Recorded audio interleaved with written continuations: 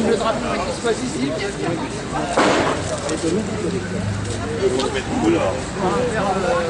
De la Palestine à Mexico, en passant par Calais, faisons tomber les murs. De la Palestine à Mexico, en passant par Calais, faisons tomber les murs. Cette journée a été appelée par de nombreuses associations.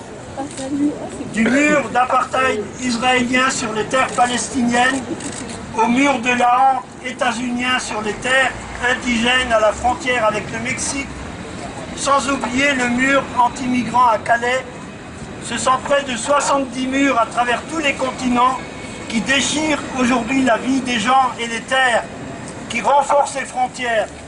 Ils causent des milliers de morts chaque année et détruisent le gagne-pain ainsi que l'espoir de beaucoup d'autres.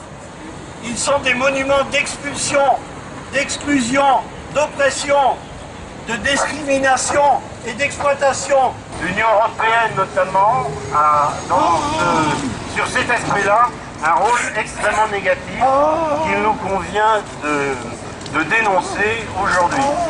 Donc c'est contre les murs, c'est pour tous ceux qui sont contraints par les murs, c'est pour tous les morts qui, d'une manière ou d'une autre, meurent parce qu'ils ne peuvent pas aller circuler comme la charte des Nations Unies le permet. Donc les murs, ils sont partout, ils sont y compris autour de chez nous.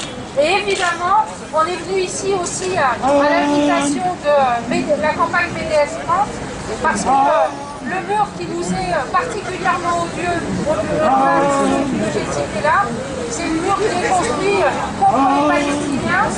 Et pour avoir participé aussi à des initiatives ces derniers jours qui célébraient le triste anniversaire de la déclaration de Balfour, on sait aussi que ce ne sont pas les murs qui peuvent empêcher les Palestiniens de lutter, puisque ça fait 100 ans qu'il y a des luttes en Palestine et qu'on peut imaginer que quels que soient les murs, quel que soit ce mur, ce nouveau mur, eh bien la lutte elle continuera, y compris que les Palestiniens ils viendront. Voilà. La deuxième question qui est liée à la question du droit à l'autodétermination, c'est que de plus en plus la militarisation se développe dans le monde en s'appuyant sur le fait qu'il faut empêcher les peuples à disposer d'eux-mêmes, à les empêcher de se révolter pour avoir le droit, même à l'intérieur d'un pays, je pense aux peuples indigènes en Amérique latine, de lutter pour leurs droits, mais aussi évidemment c'est le développement des guerres un peu partout, notamment au Moyen-Orient. Et cette militarisation débouche toujours sur la construction des murs.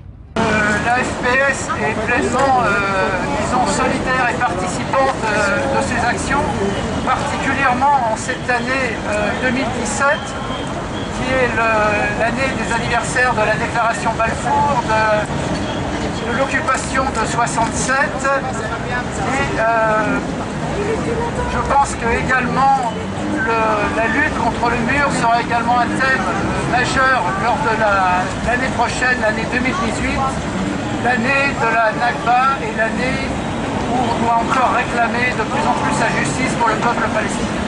Un mur, une clôture électrifiée, encercle et isole la bande de Gaza au nord et à l'est depuis 1994, avant même le blocus de ce territoire et de sa population. À partir de 2002, a été construit le mur qui encercle la Cisjordanie. Ce mur de 700 km, un tracé sinueux, pénètre à l'intérieur de la Cisjordanie et sert notamment à voler des terres palestiniennes et des nappes phréatiques situées en territoire palestinien et à rejeter une grande partie de la population de Jérusalem derrière ce mur. Quand j'ai marché partout dans le Royaume-Uni, il y a beaucoup de gens qui ont peur parce que l'Irlande et l'Irlande du Nord, peut-être, doit mettre maintenant un mur après Brexit. Et ça, c'est une chose qu'ils ne veulent pas. Mais les politiques, c'est les gens qui ont de l'argent, veulent faire toutes ces choses pour continuer à séparer les gens et continuer dans l'Europe pour dire qu'on est fou. Il y a beaucoup de gens ici, des immigrants, et ça, c'est pas vrai. Sans parler de murs, sans parler des prisonniers politiques qui sont derrière les murs, et notamment Georges Ibrahim Abdallah, qui vient d'entamer sa 34e année de détention. C'est un résistant, il est tombé pour résistance à la libération de son pays, qui était occupé par les sionistes à cette époque. Il a toujours combattu pour la Palestine depuis sa toute première jeunesse. Salah Hamouri est un combattant pour les droits de l'homme, pour la liberté du peuple palestinien. Il a déjà purgé 7 années d'emprisonnement. L'État d'Israël s'acharne contre lui sans aucune preuve pour son incarcération actuelle. Une grande mobilisation se développe pour exiger sa libération. Libérez Salah, libérez Georges Abdallah, libérez Salah, libérez Georges Abdallah. Et parmi eux, il y a une femme qui est une députée palestinienne qui s'appelle Khalida Jarrar. Pas oublier Jaber Badran. Tous ces camarades ont la particularité d'être des militants des droits de l'homme, mais aussi des militants politiques. Ils appartiennent tous au FPLP, au Front Populaire de Libération de la Palestine. Et je pense qu'il ne faut pas les oublier lorsqu'on demande la libération des prisonniers et la fin aussi de la détention administrative. Et les enfants aussi, 400 enfants palestiniens. Et les enfants, absolument. De la Palestine à Mexico, en passant par Calais, faisant tomber les murs. Murs d'expulsion, résistance. Murs d'exclusion, résistance. Murs d'oppression, résistance. Murs de discrimination, résistance. Donc ce type de manifestation se reproduira certainement.